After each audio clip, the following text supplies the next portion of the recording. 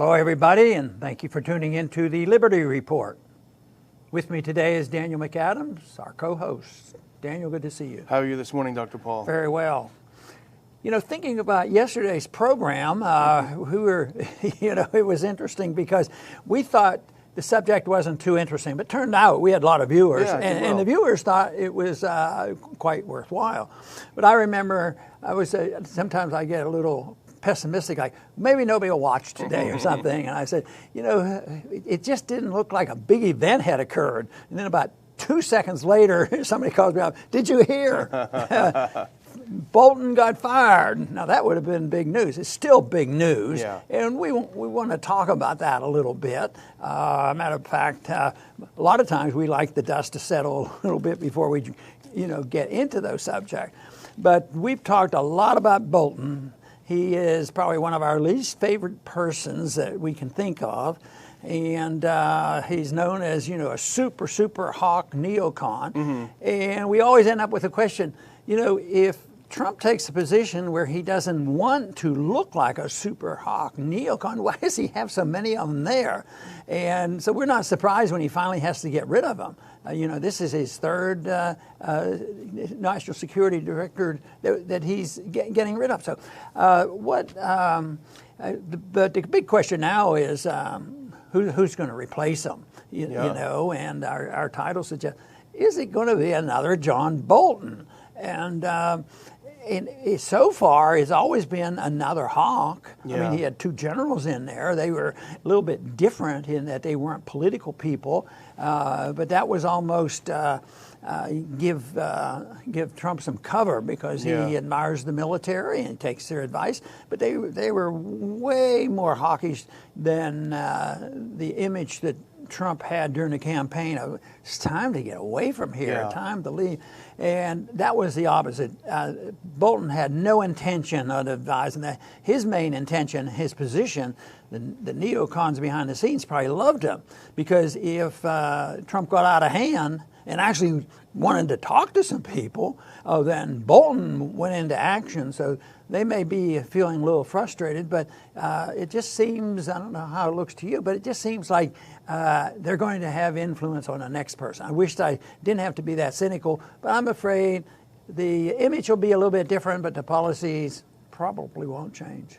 Unfortunately, I think that's probably true, but I think, I know there are people trying to get in to communicate, to let Trump be Trump, as you've said in the past about let Reagan be Reagan. But it is a real problem, and you got to wonder if a John Bolton replaces John Bolton, then why did John Bolton have to go? We did read that Trump didn't like the mustache, so maybe it's just as simple as that. But, the thing that Bolton was known for is just his freelancing. He did things that he knew that his boss would object to, and he just didn't care. Remember back when the North Korea meeting was going on, and we had they all got together, they were about ready to sign this thing, and then Bolton rushed in there and put out an offer that was completely the opposite of what had been negotiated. You give up everything, and maybe sometime later we'll give you sanctions relief. They said no. One thing that I thought was interesting is as soon as everybody knows he's out, the media concentrated 99% on, did he quit or was he fired? Yeah. Well, the president still doesn't want him, so whatever you call it, that was just sort of, something to talk about. It wasn't, what did he believe in? How much harm has he done? And are we going to get another Bolton? And will there be a change in foreign policy? None of that. It was just, how can we find something and make the president look bad? Yeah. Silly. They always seem to find something. Typical. But, I would say, we were pretty happy yesterday that Bolton was gone because he's a symbol of everything that's wrong with the Trump presidency. But I hate to say it, but I think his replacement could be more dangerous than him because Bolton had a real target, painted on him. He was easy to attack. He was easy to talk about. You look at someone like Charlie Kupperman, who President Trump has as acting national security advisor taking over for Bolton. Nobody knows who he is who's not really involved in Washington. But here's Bolton when he named Kupperman his deputy last year. Charlie Kupperman has been an advisor to me for more than 30 years. They're joined at the hip. They're best buddies. So in a way, it would be a coup for the neocons to actually get rid of someone like Bolton, who's sort of a liability. He's a known commodity, and have someone like Kupperman in there, maybe not exactly him if he stays, but if he does stay, someone like him in there who does the same thing, but isn't such a high-profile person. You know, it's actually could be a downside at the end. You know, we did exist in this country for a very long time without a National Security Council. Yeah. And this came out, you know, after World War II, and they said that FDR ran things too much by himself, and that they had to pull in the reins. So they turned it into a huge bureaucracy, you know, and a lot of employees and going along.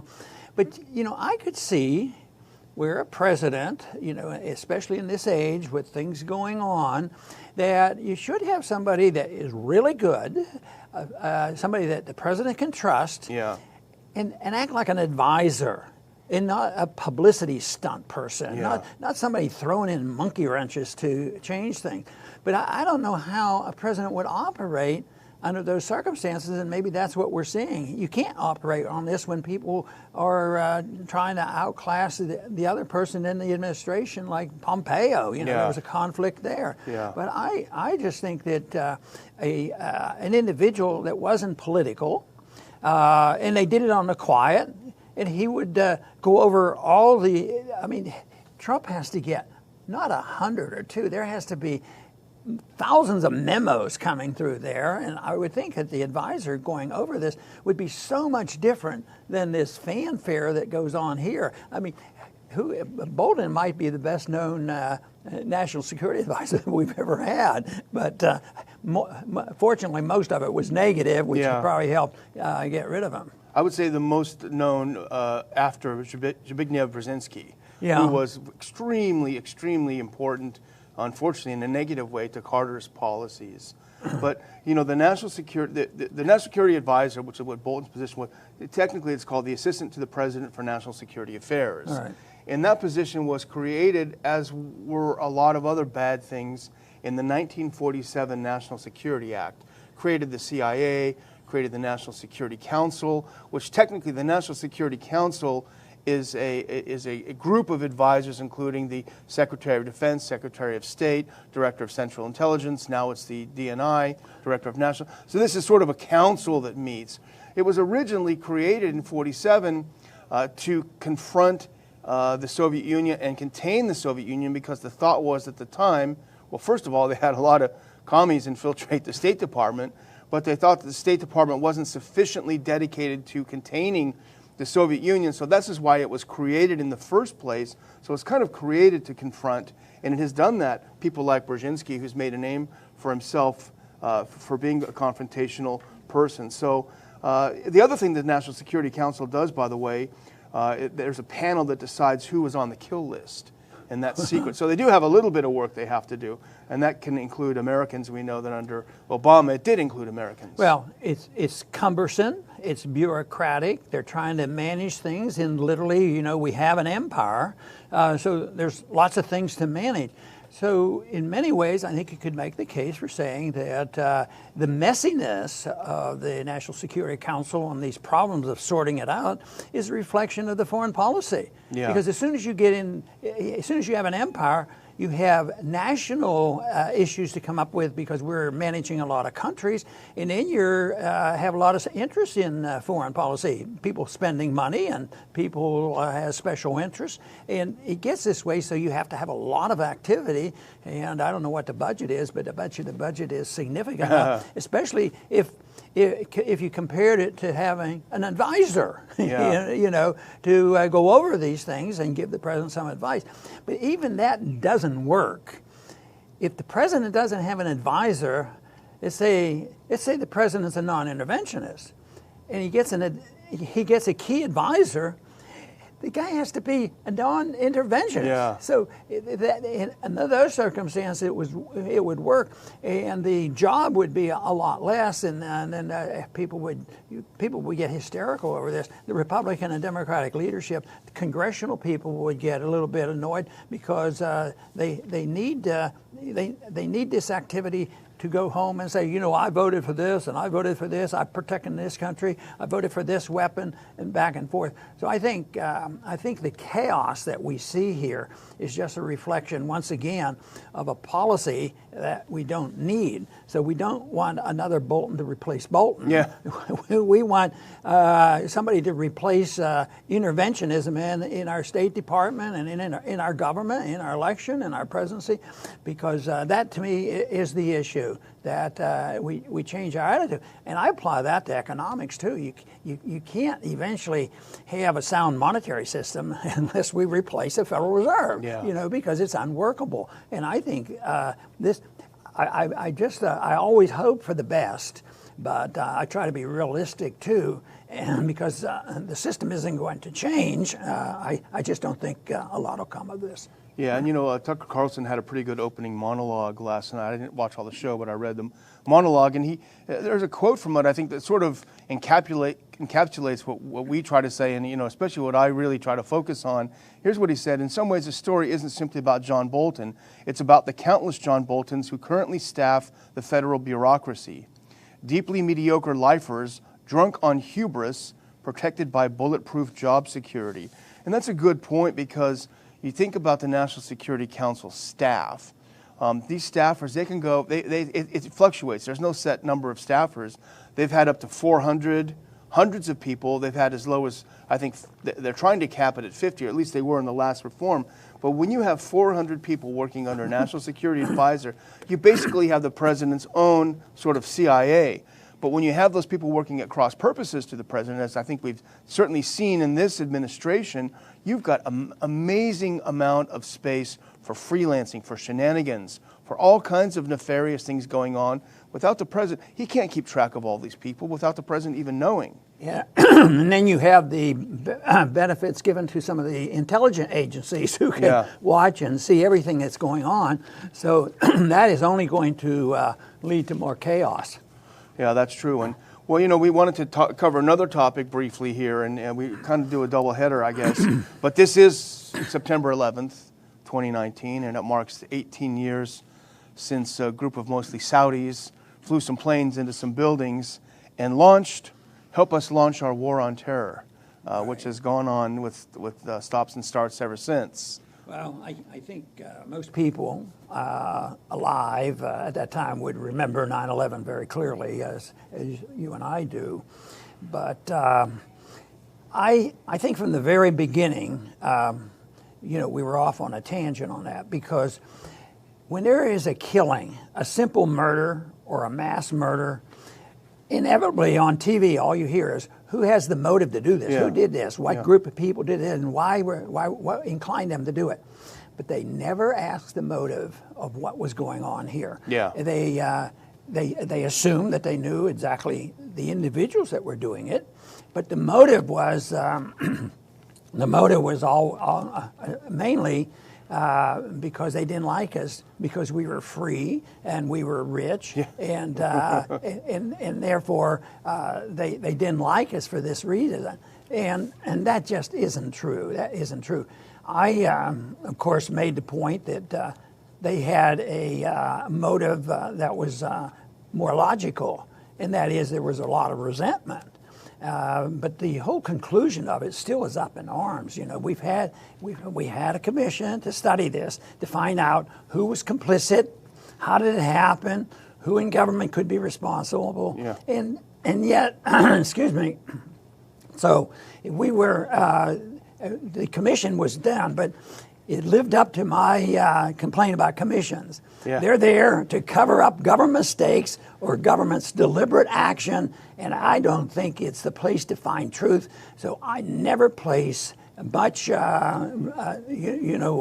confidence in a government commission, and I think this could apply to the 9/11 Commission. Yeah, and you're absolutely right. This whole they hit us because we're so good and wonderful. It kind of launched this idea of American exceptionalism, which I think is kind of a false religion of self-worship, which is pretty unhealthy. Jim Bovard put something up on Facebook today. You know, he's a good friend of ours and one of the greatest spokesmen for liberty, I think, that's out there. He made a good point. The war on terror, which 9/11 launched, quickly became the greatest political sham of our lifetimes. And that's a good line. He pointed out that Bush exploited 9/11 to attack Iraq, which had nothing to do with 9/11. He's used a justification to decimate our civil liberties, still decimating them today. Obama provided massive aid, military aid, to al-Qaeda-like groups in Libya and Syria, calling it the war on terror. Trump continues Obama's idiotic Syria policy and ends up at the end of the day, we're the ones treated like terrorists every time we try to buy an airplane ticket, get on an airplane, or do anything. You know, and that makes my point that I was trying to make there, because they don't ask about motives. Then what do? Go and they expand the wars that caused the problem. Yeah. And the motives, I think, make all the difference in the world. And they decided, well, we have to get our enemies. Everybody knew there's enemies out there. Are they domestic or foreign? Well, they were foreign because that's why we had to go to Afghanistan and Iraq and all these places. But they decided the American people were the enemy, because that's who got punished. Yeah, and the Patriot is still punishing us. And it still is even a reflection on the disaster of the CIA and the FBI and the Justice Department in this recent election. You know, in Mueller, I guess it's no surprise to you or anybody else, Mueller loved the Patriot Act. Oh, yeah, he loved it. And he made good use of it to think he could get away. And, you know, fortunately, maybe you know, the evidence will finally convict him, at least in the public, and that he is not the superior being he was when they appointed him. Yeah. So, Saint Robert. But I think it's the wrong interpretation.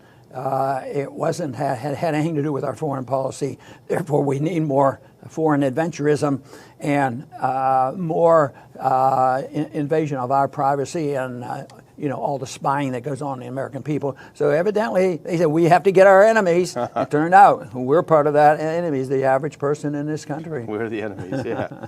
Well, I'll close out with a reading assignment to our viewers. Go to the Ron Paul Institute website, ronpaulinstitute.org. Our lead article is written by Larry Johnson, who's a former CIA officer who really unpacks this fascinating story about an alleged CIA operative within Russia who was exfiltrated out. Larry Johnson really gives a backstory and explains that this was not the way the Washington Post and New York Times are portraying it as. It's really a good read. I read it several times this morning. While you're there, by the way, click on subscribe and get our updates, ronpaulinstitute.org. And I think you'll enjoy the article. Dr. Paul? Very good. And I think whether we're talking about the tragedy on 9/11 and the consequences that followed, or whether we're talking about the National Security Council and having advisors and how bureaucratic that is, and that's a continuation of foreign policy. I think they all come together because probably 95% of the American people have gone to public education, listened to television that preaches this, and Republican and Democratic leaders are controlled by the deep state and the financial interests in military-industrial complex. Say I have but one policy, and that is intervention.